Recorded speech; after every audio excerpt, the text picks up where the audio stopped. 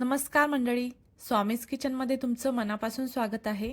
आज आपण बनवणार आहोत गुढीपाडवा स्पेशल पायनॅपल शिरा. गुढीपाडव्याच्या दिवशी गोड पदार्थ बनवण्याची परंपरा असते आणि हा सुगंधी, मऊ आणि खूपच टेस्टी पायनॅपल शिरा सणासाठी एकदम परफेक्ट आहे. चला तर मग पाहूया ही सोपी आणि झटपट रेसिपी.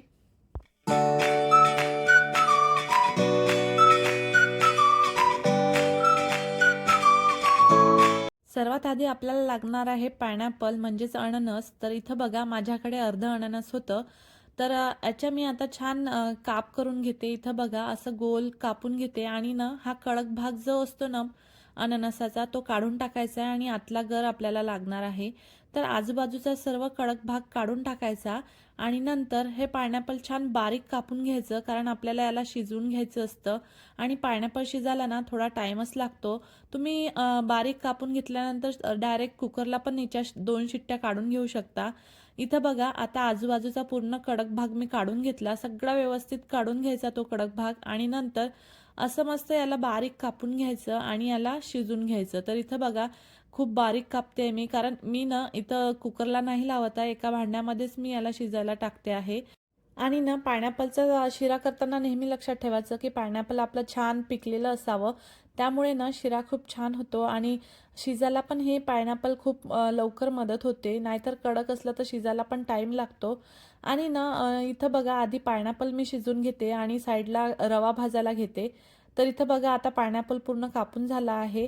बाकी पण पायनॅपल मी असंच कापून घेतलं होतं. आता 1.5 वाटी मी पायनॅपल घेतला आहे इथं आणि ना पाव वाटी साखर घालते याच्यामध्ये आणि 1 वाटी पाणी घालते. आता हे शिजायला ठेवते आहे. झाकण ठेवून याला छान 15-20 मिनिटं शिजायला ठेवायचं. छान मऊ झालं पाहिजे. तर बघा अर्धी वाटी पाणी मी अजून घातलं आहे आणि ना याच्यात आपल्याला घालायचं आहे केशरच्या 10-15 काड्या. त्यामुळे ना कलर खूप छान येतो शिऱ्याला.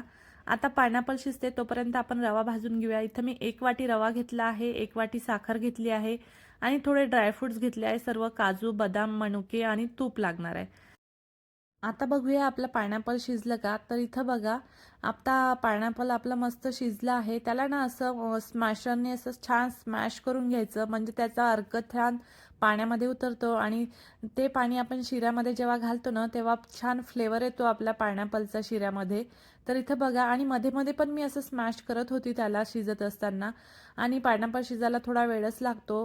तर त्यामुळे ना 15-20 मिनिटं छान आरामात शिजू द्यायचं, ते पूर्ण व्यवस्थित मऊ होऊ द्यायचं, नंतरच शिरा करायला घ्यायचा. तर इथं बघा आता एक कढई घेतली आहे रवा भाजायला.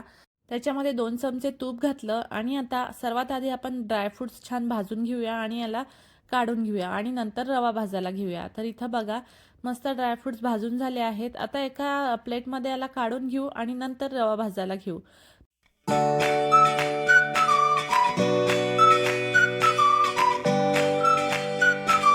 आता परत थोडं तूप घालते आणि रवा भाजायला घेते.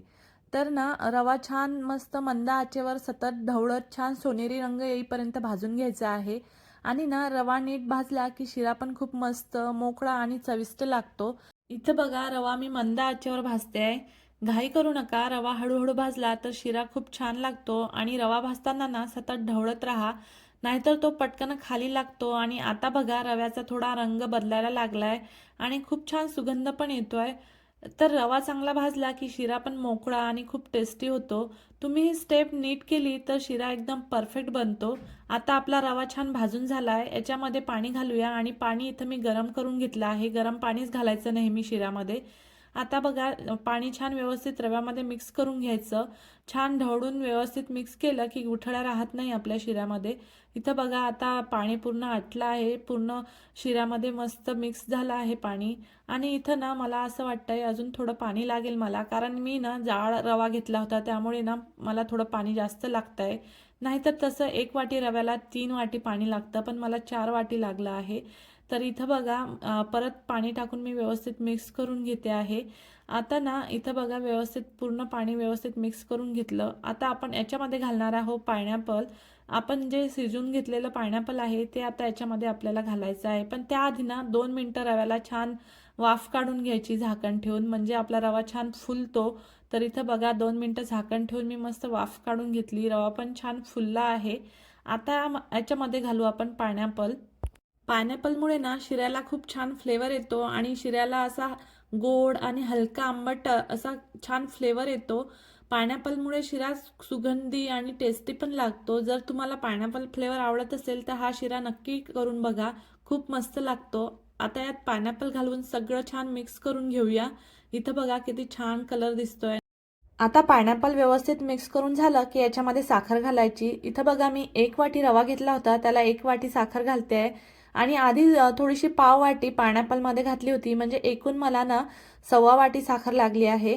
तर पायनॅपल जर गोड कमी असेल ना तर आपल्याला साखर थोडी जास्त लागते, नाहीतर 1 वाटी रव्याला 1 वाटी साखर एकदम व्यवस्थित होऊन जाते.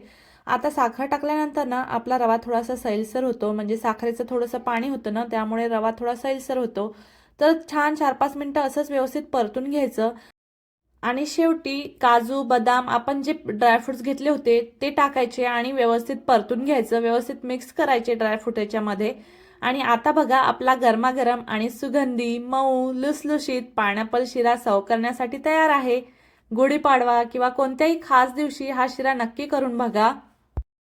आणि तुम्ही पण ही रेसिपी करून बघितली तर कशी झाली ते मला कमेंटमध्ये नक्की सांगा. आणि व्हिडिओ आवडला असेल तर लाईक करा, शेअर करा आणि अजून अशा सोप्या आणि चविष्ट रेसिपीजसाठी स्वामीज किचनला सबस्क्राईब करायला विसरू नका. धन्यवाद. तुम्हा सगळ्यांना गुढीपाडव्याच्या खूप खूप शुभेच्छा. पुन्हा भेटूया अशाच एका रेसिपीसोबत.